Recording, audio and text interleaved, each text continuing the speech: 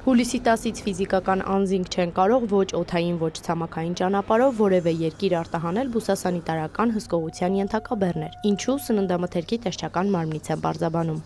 Ուսումնասիրությունների արդյունքում պարզվեց, որ իրականում մեծամասամբ ֆիզիկական անձինք արտահանում չեն իրականացնում, այլ ոլորտում մասնագիտացված մի շարք գործարարներ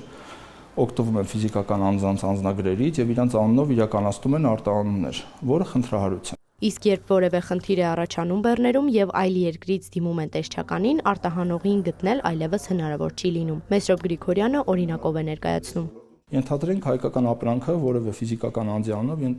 ենթադրենք մեր գյուղական վայրերում ապրող մի պապիկի անունով արտահանվել է որևէ պետություն։ Հետագայում, եթե այդ պետությունից տեսչական այցով գան մեր երկիր ստուգումների, որովհետեւ դա մեր ոլորտում ընդունված պրակտիկա է, որ երկրներ մենք իրականացնում ենք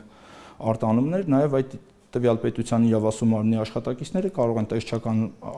այցեր իրականացնել մեր երկիր, պարզելու համար, որ արտադրողներն են, որ արտահանողներն են իրանց ապրանք ուղարկում եւ ինչ պայմաններ ունեն։ Եվ եթե մենք ուղեկցենք այդ անձի մոտ ում անունով իրականացվել է արտահանումը եւ նա ասի, ես որևէ կապ չեմ ունեցել, ենթադրենք, մեզ ճիշտ չեն հասկանա մեր գործընկերները, որը արդեն խնդիրներ կստեղծի մեր արտահանման գործընթացի համար։ Նման դեպքեր իսկապես եղել են։ Սննդամթերքի անվտանգության տեսչական մարմինը գնացել ու պարզել է, որ ֆիզանձը, որի անունով ուղարկվել է բեռը, դրա հետ կապ չունի։ Պարզապես իմ ազգականը կամ իմ համագյուղացին եկավ, ասեց անձնագիրդ պետք է գործի համար, ես էլ դե տվեցի, ինձնից բան չէր գնում, տվեցի, ես որևէ կապ չունեմ եւ դա արդեն խնդրահարույց է մեր համար։ Իսկ այժմ մեր շուկան ակտիվորեն դիվերսիֆիկացվում է, շարունակում է Պաշտոնյան եւ յուրաքանչյուր երկիր ունի իր պահանջները։ Մենք պիտի փոխենք մեր գործելավոճը սկսած գյուղացիական տնտեսություններից, արտահանողներից եւ պետական վերահսկողություն իրականացնող մարմնից։ Այս դեպքում սննդամթերքի անվտանգության տեսչական մարմինը պետք է փոխի իր գործելավոճը եւ ուժեղացնի իր հսկողությունը։ Շատ կարեւոր է, որ նոր շուկաներում հայ գործարարները ամրապնդվեն։ Եթե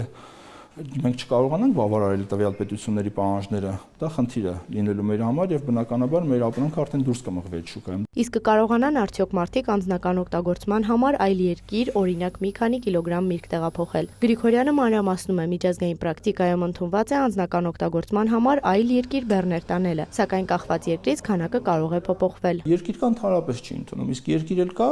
դրանից ավել է անում, կախված այդ երկրների պահանջներից արդեն